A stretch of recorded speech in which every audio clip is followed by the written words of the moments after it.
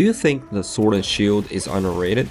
It might be the only weapon in Monster Hunter Wild that has it all. Fast and powerful combos, KO attacks, 2 moves with invisibility frames, top-notch mobility, a perfect guard, a jump, and you can even drink potions with your weapon unsheathed. But you really need to know how to use this weapon to unlock its full potential. This is Tatayu, and this video will bring you the actual combat tutorial for this flawless weapon. With the SnS, you only need to master 3 moves. With these 3, monsters will simply become your playthings. First, the lateral thrust combo. All your basic attacks start with the lateral thrust. It does decent damage, it's fast, and it has powerful follow-ups. Of course, if you're having positioning issues, you can switch to the chop combo to reposition. But when that's out of the way, always default to the lateral thrust. When doing the lateral thrust, do not touch your left analog stick, or you will accidentally switch into the shield attack combo.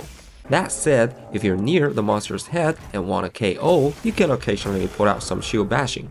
After a lateral thrust, you have 2 follow-ups. The first is the charge chop. The charge chop has 2 versions. The first one is simple, just follow up after any attack, but it'll just be a standard chop. The real charge chop, the one where you can see your sword is blazing, is the one you want. Your damage will greatly enhance. However, the real charge chop can only follow certain moves, and the lateral thrust is one of them. Once you finish the combo, your charge chop can max out. And remember, after a charge chop, you can do a rising slash to animation cancel your recovery. Then there is the second version. After the lateral thrust combo, you can go into the spinning reaper. This is yet another powerful move, and after a spinning reaper, you can also transition into that maxed out charge chop. Spinning reaper is much faster compared to charge chop. So here is your basic attack strategy. Do your lateral thrust combo. If you have the positioning issue, do the chop combo. If you want to bash the monster's head in, do the shield combo. But lateral thrust is always number 1.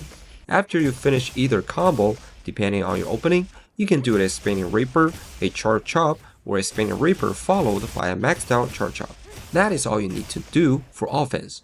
The second move is the backstep. Honestly, I think the backstep is the real pillar of this weapon. You perform this move by holding your guard button first, then immediately press B while holding your analog stick backward. Of course, you can also just pull backward and press B after any attack, but you need to learn the guard button trick, because it lets you do backstep under any circumstances.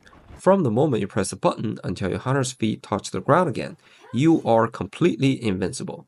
This iframe window is pretty much as long as the longsword's foresight slash, so you know how incredibly powerful it is. Whenever you want to dodge during a fight, just perform a backstab, or do a little chop first to trigger the easier version if you have the time. But the backstab is far more than just a defensive dodge.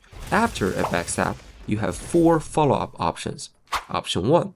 The advancing slash. If you let go of all the buttons, your hunter automatically steps forward with a slash. Never do this. Option 2. Let go of the button, but keep holding your analog stick backward. You will do a rising slash. This slash is incredibly fast and lets you dive right back into your other moves if the monster only has a small recovery window. Or you can use backstab, rising slash to dodge multiple hits. Option 3. Hold the B button to charge up into a charge slash. If the charge slash misses, you stop there. But if it hits, you will trigger a scaling slash and automatically launch into the air. From there, you have yet another 4 choices. First, a simple jumping slash. Do this if the jumping was a bad idea and you want to get back to safety ASAP. Second, plunging thrust, which gets more hits on large monster parts and deal massive elemental damage. And like jumping slash, this move can also deal mounting damage. Then falling bash, a 2-hit move that deals heavy KO damage if you smash the head, but sometimes might miss the second hit if the part you hit is too high from the ground. And finally, you can even execute a focus attack mid-air. The SnS can deal with wound parts that other melee attacks can't even reach. Option 4. Just rush. After a backstab, press Y to do a leaping slash. From there, you dive into 2 perfect rush. You can stop at any point during this combo and roll away.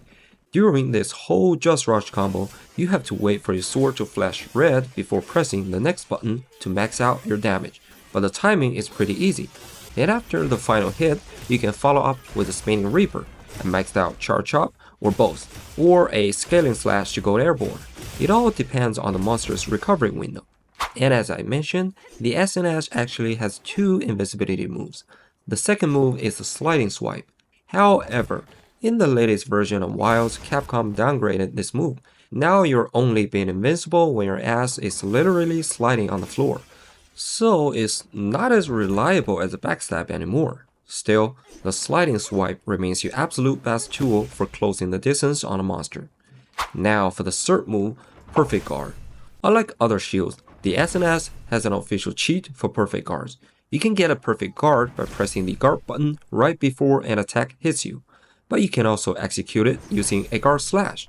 So if you hold guard first and then do a guard slash, you literally double your active perfect guard frames. You need to turn this technique into muscle memory. Always follow up a guard with a guard slash. After a successful perfect guard, you can perform a counter slash. This move is powerful and fast. Do the counter slash, then dive right back into your offensive loops. Now the entire strategy is clear. Initiate your attacks with the lateral thrust or other situational basics, then mix in the Spinning Reaper or Charge Chop to max out your damage. If the monster is coming at you, use the Backstep to counter with a Scaling Slash or a Just Rush. If you get caught mid-combo, use the easier post-attack Backstep to save yourself. Finally, if an attack is coming that will give you heavy knockback, perfect guard it, punish him with a counter slash, and transition right back into your lateral combo. Do this, and the monster won't even be able to touch you.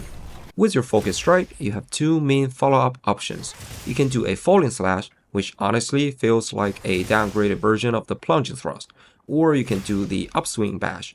This move actually functions exactly like your Scaling Slash, meaning all those mid-air options we talked about are yours to abuse right after it hits. Finally, if you trigger a Power Clash, your best punish is just go right into a Spinning Reaper followed by a maxed out Charge Chop. That's how you unlock the true potential of the SnS. This is Tatayu. If this video completely changed how you look at the SnS, drop a like. I'll keep breaking down weapons in WoW just like this, so subscribe now if you want to master the rest of the arsenal. Thanks for watching, love you all, and I'll see you in the next one.